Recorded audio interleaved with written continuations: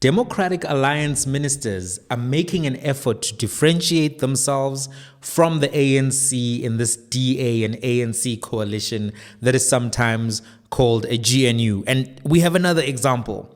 I must start off by commending the Minister of Basic Education for taking this action, because it's a major action that affects a major amount of money.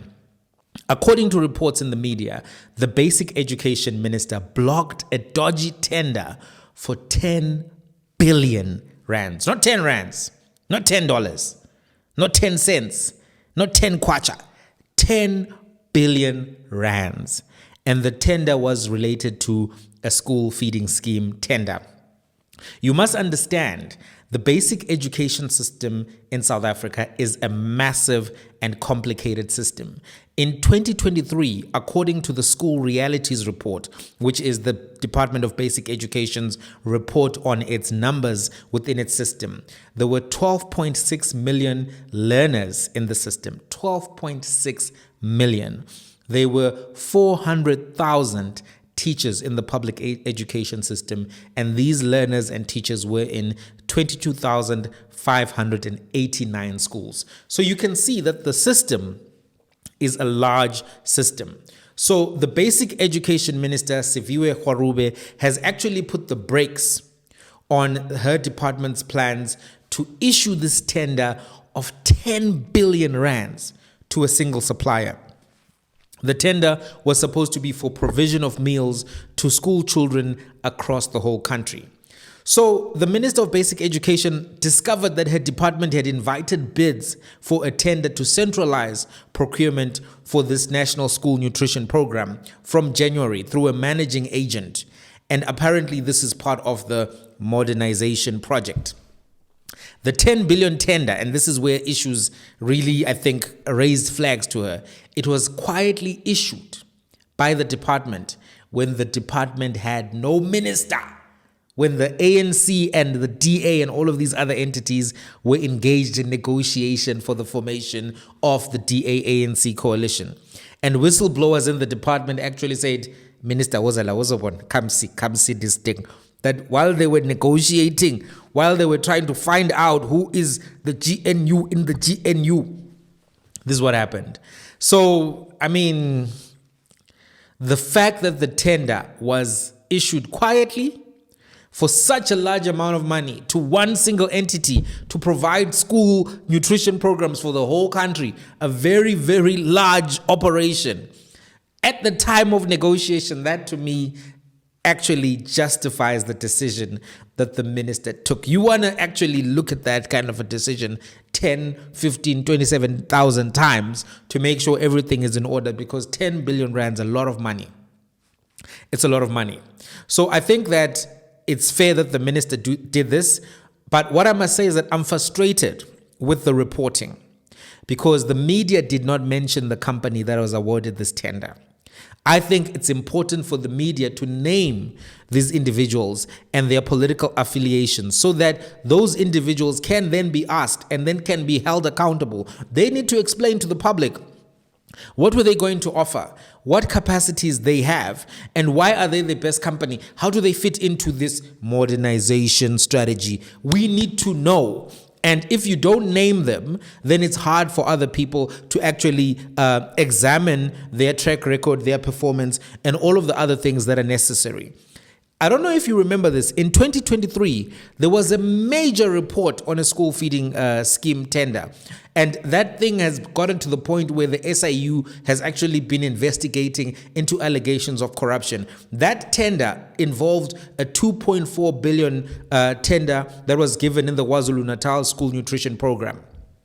And when that tender was awarded and there were issues with it, millions of learners struggled because they were not getting breakfast and lunch as part of their school nutrition program.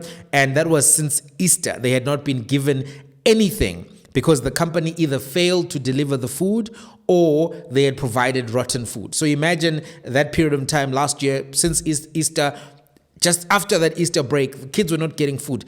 And critically, before that tender was cancelled, etc., etc. There was reporting on it.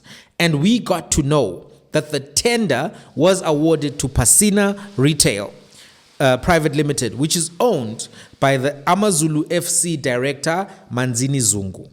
And a whistleblower tipped the SIU unit off about this particular contract. So that allowed for us to actually be able to examine things. The Provincial Education Department's director, Nkosinathi Ngobo, failed to provide the SIU with the tender documentation that the SIU requested about the deal.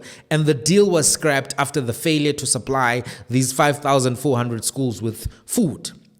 2.4 billion to supply 5,400 schools with food. Failure, rotten foods. And that was something that was brought into the public light. And I think because it was brought into the public light, we were able to understand how these deals happen, who the major players are, and the dynamics. So how this deal happened is that Pasina owns a number of spas and Tops bottle stores in KwaZulu-Natal. And what they did is that they got the tender on the basis that SPAR would provide the logistics and food after a successful pilot project in one area. This is the area for which Zungu had actually initially tendered. So he got there, said, I'm going to work with SPAR, we're going to provide food for this particular area, then you give us the whole tender. This is kind of a rent-seeking thing, because if you want to do a tender, just do it with SPAR, if you think that SPAR should do the feeding scheme. So the chief executive of Pasina, Sean Brimakombe, or Brimakombe, I don't know whether it's African or it's a European name. Anyway, he has historical links to the SPAR group. And insiders had actually said that he and Zungu had planned to leverage this relationship with SPAR with their warehouses and logistics capacity to meet the conditions of the tender. But SPAR actually just they flaked, and they actually pulled out of the deal, and the deal went sour before the tender could be implemented. In March, the SPAR managing director, Angelo Swartz, wrote to Zungu telling him that although SPAR had assisted him with the limited pilot on the basis of which he had received the full tender, it did not have capacity to supply him beyond the initial pilot. He said SPAR's participation had been restricted to providing supply and logistical assistance for a limited scope, and that the limited agreement was only meant to have commenced in June of 2023. What SPAR had said to him was that we made it clear that at the moment our supply and assistance cannot currently meet the scope of the full tender. So that tender actually got cancelled because Zungu was basically trying to use SPAR, but to get the money. So how much do you get of the 2.4 billion? SPAR's doing all of the work. You just there because you have a political connection or something. The deal didn't make sense. The tender fell through, and it's being investigated by the SIU. We learned a lot from that tender process because the entities were named, the deals were clarified, and the transaction was scrutinized. When it comes to this particular bidding process, we still don't know a lot of details. The bidding process was closed on Thursday. The minister actually has now instructed the Basic Education Director General, Matanzima Mweli, to hold the awarding of the contract until she has satisfied herself about its value and the legal issues around it. She's concerned about the processes followed in awarding such a large contract, 9.8 billion, to a single entity and its capacity to reach 10 million pupils across the country. She's seeking legal advice and has also sought further advice from National Treasury. She's concerned about this, concept called the modernisation program, which seeks to centralise the supply of all of the food to pupils around the whole country. I think there's nothing wrong with trying to do this if the supplier or the person who wins the bid has capacity. I think basically it's more SPAR, Pick and Pay. Few companies can do this kind of an operational project because it's a lot. Feeding, a fifth of the country every day. That's big. That's big. And to be able to do it effectively. Right. Anyway, This is what the minister actually said. I've raised concerns about this, particularly focusing on the integrity of the procurement process for such a large expenditure and the capacity of any single service provider to reach more than 9 million learners across the country every day. Additionally, I need to guarantee access to school nutrition to millions of learners. High centralization of this kind does introduce high risk of this not being realized. The minister said she was not interfering in the procurement process, but was playing an important oversight role as the executive authority of the department. She said that millions of learners depend on this meal provision for their sole meal of the day. To this end, I have requested the department to hold this process while I'm appraised of the details of this modernization strategy. In addition, it's important for me to engage with my provincial colleagues and legal team along with Treasury. As a newly appointed minister, I must look after the interests of the learners. I cannot preside over a system where learners go hungry due to inefficiencies of a new system. While the current system is not perfect, a new system has to be thoroughly investigated and meet all legal and good governance standards with the support of the provinces which will implement the strategy. Look, I agree with her. Totally. I agree with her. Congratulations, Minister Siviwe. I think this is a good move. I think that we have to congratulate the Minister of Basic Education for taking this measure and making sure that everything is in order. It's important for the well-being of the children and to make sure that no one is looting the department. Nutrition is vital. There have been too many stories of money that has been looted from the Department of Basic Education. Do you remember the stories about school fumigation, 450 million just to spray tables for COVID when the tables had no COVID because schools had been closed for months? 450 million has gone down. Too many stories of money looted from the department while children don't have textbooks. Stories of guard huts being built for 500,000 rands while students are using pit toilets, while teachers don't have supplies, while classrooms don't have the technology, while libraries either are not existent in those schools, while schools don't have computer centers and facilities for students to access modern ways of learning.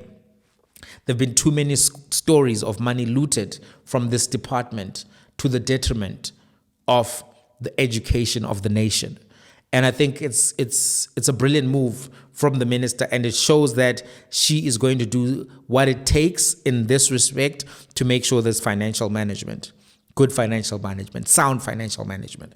I think this deal requires the kind of scrutiny that she's giving it, and it's another positive outcome for the Democratic Alliance in terms of them showing that their ministers are going to do the work. What does this mean for the ANC? First and foremost, they need to explain how these school tenders have been awarded in ways that compromise the quality of food, delivery to children, and all of the elements that are being raised here and that were also identified in the KwaZulu-Natal tender as well, which fell through. There's a lot of issues that the ANC has to account for. Angie Musheka actually has to be brought into Parliament, to the Basic Education Committee, to the Standing Committee of Public Accounts to explain how some of these decisions happened under her tenure. I think that many ministers also need to be brought in. Pravin Gordhan needs to explain some of the SAA stuff further, because I think it cannot just be the case that you are moved or you say you are retired, then we don't get the answers. But I think this is a big win for the Democratic Alliance. It's something that strengthens their case that they are in this particular DA-ANC coalition to do good work and quality work. And the ANC, their ministers were already complaining that the DA ministers are making them look bad. They're going to have to pull up their socks, because we still haven't seen major moves from many ANC ministers to show us that they have new ideas, fresh ideas. For instance, what has Stella Ndabeni-Abrahams done as the Minister of Small Business? What has she done that shows that this time around she's taking it seriously? She understands that ANC is now at 40%. What has been done by the Minister of Police? I don't think much has been done. The murder rate is still going up. So I think we have to commend the Democratic Alliance minister for this move. Brilliant move, good move. You've saved people money. I salute you. Till the next one. If you haven't subscribed, please subscribe. Subscriptions are free. This week, next week, the whole year, I'm making subscriptions free. By the way, 77% of the people watching the videos haven't yet subscribed. It's an easy process. You just, and then we're good to go. Till the next one.